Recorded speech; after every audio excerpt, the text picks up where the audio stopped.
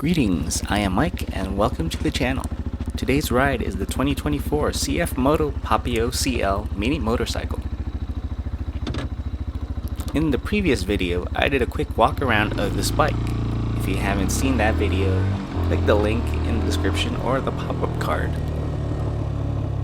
Today I will be giving riding impressions on this bite-sized motorcycle. A bit of a backstory. This channel wouldn't have been possible without this bike. I launched this channel with the Kawasaki Z650 RS, and it had been a while since I had ridden a manual motorcycle, and this tiny bike helped me get back on track.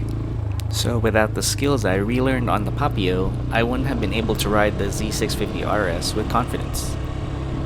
The wonderful thing about mini motos, not just this Papio, is that they're a bunch of fun without having the need to go fast. The appeal to these little bikes is that urban exploring becomes a bit of a mini adventure. Since they're easy to ride and unintimidating, going down unexplored paths or finding empty warehouse parking lots on the weekends is a blast. Unlike a small scooter, the Papio CL has the same setup as a full-sized motorcycle. The controls are laid out the same way. Brake levers on the right hand side, the left side are the clutch and gear levers. In the Papio's case, it has a 6-speed transmission compared to its rival, the Honda Grom, with a 5-speed unit. The engine is a 9.4 horsepower, 126cc air-cooled single-cylinder. It won't set your hair on fire, but it's decently peppy for what it is. Since the bike doesn't have a lot of power, your shifting skills will be honed since you will be constantly operating the manual transmission, which is great, especially if you're new to riding or getting back in the saddle after a long hiatus. It really works out the coordination needed to shift gears on a motorcycle. The Papio is pretty basic, doesn't have a slipper clutch or any assist with the transmission. I learned how to rev match on this bike and it proved useful when I transitioned over to the larger Z650 RS. The first ride I did with the Papio, I was pretty sloppy with the downshifts and I could actually feel the rear wheel locking at times. Afterwards, I researched the rev match technique, and since this bike is pretty beginner friendly, I developed the skill pretty quickly.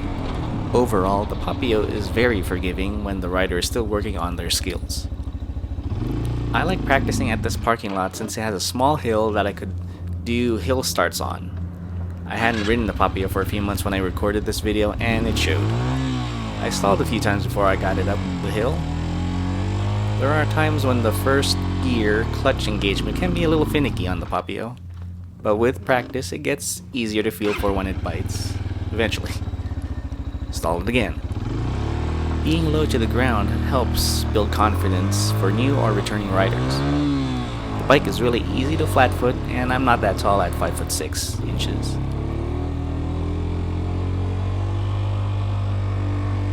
I'm going to give the hill start another go, see if I can do a better job this time around. Alright, much better this time. Basically, I was doing a couple skill exercises there. A hill start while doing a turn from a stop. Next skill I want to work on was accelerating into braking and a swerve to avoid an imaginary obstacle. The bike is so light that direction changes are a lot of fun. With the warm-up done, time to head out into the real world. My getaway was much smoother now that I got some practice out of the way. At the recording of the video, the Papio was still in the braking period.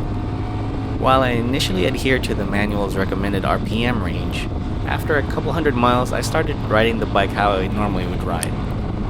The gearing is a little short, so I was shifting up mid-corner. I have touched 10,000 RPM occasionally, but I try not to linger in that range too often. I set the shift light to around 80 to 50 RPM, which is about where the engine makes its peak horsepower. Cruising around 45 mile/h side roads isn't a problem for the Papio. The bike feels pretty at home at these speeds. The bike feels stable, not at all nervous, even if it does ride on 12-inch scooter-sized wheels. The suspension is a bit on the firm side, but on smooth roads I found it to be fine. The seat can get a little uncomfortable after a while. I tend to need a stretch break after about an hour and a half in the saddle. In city traffic, the Papio accelerates to the speed limit velocities pretty comfortably. It won't beat a leader bike off the line, but it can hold its own against most four-wheeled traffic. I out-accelerated a mid-sized crossover SUV during that acceleration run. If you need a small urban commuter that sips gas and is a lot of fun, the Papio might be a good option in this type of environment. Overtaking dump trucks is no problem. Also, out-cornering an SUV is possible on this small motorcycle.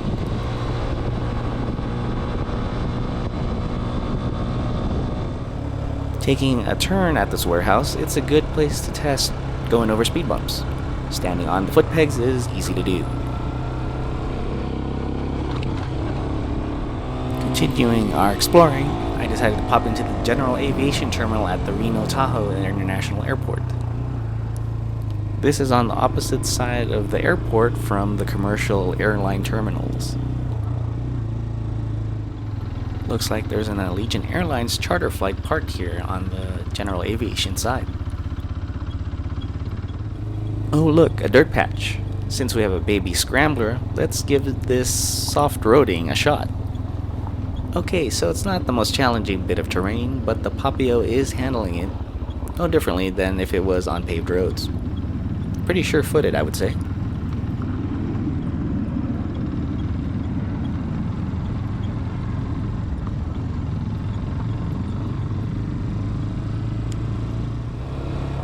Some more exploring, which brings us within proximity of the International Airport's control tower. This parking lot seems to have had some better days.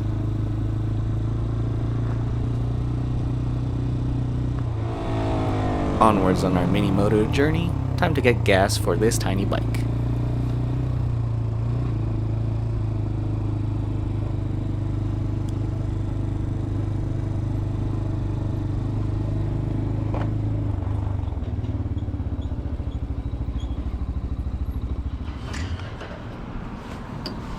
Opening the gas cap requires the key.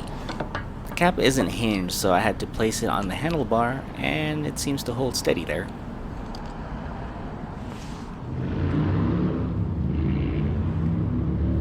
All done filling up, returning the nozzle,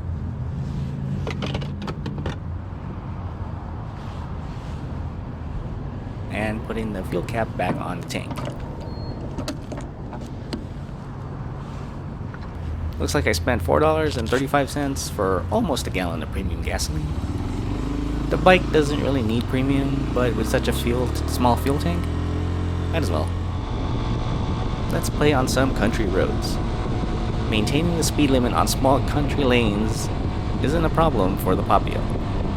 These types of roads suit this little bike pretty well.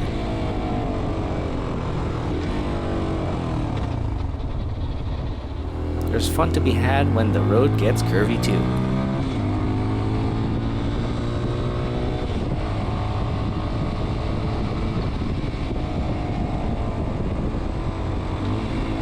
The bike is so flickable that cornering is almost telepathic. The Papio leans in with no issue at all. Gear changes on the move is pretty easy and smooth for the most part. Sometimes it is just fun to shift even if it isn't really necessary.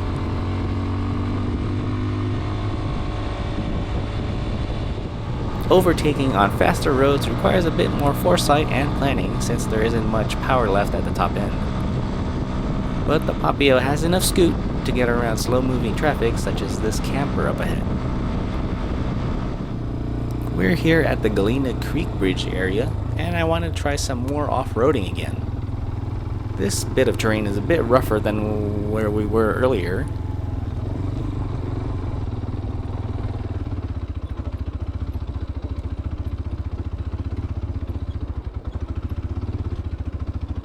And I stalled it.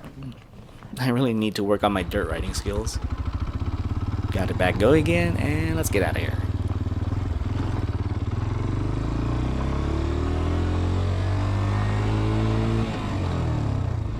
For those wondering why there's no 360 footage in this video, but there is a 360 camera on the mirror mount. The 360 camera mounted on here is an XO model, but I wanted to try out and compare to the Insta360 X4 that I had been using.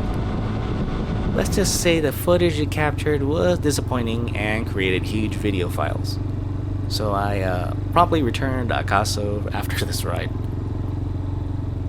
This is one of my favorite photo spots due to the forest setting and the way the sunlight gets diffused by the trees. We're following the park ranger. Almost feels like we're getting an escort through the forest. This is my spot right here, the edge of the parking lot. Gonna paddle walk it the last few feet, which is pretty easy to do on this bike.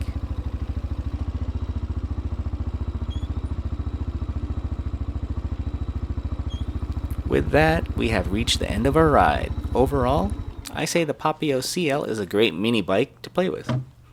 It's a little cheaper than the Honda Grom based on MSRP, and has a few more features than its rival. Sometimes CF Moto does have great offers on these bikes and can be had with steep discounts.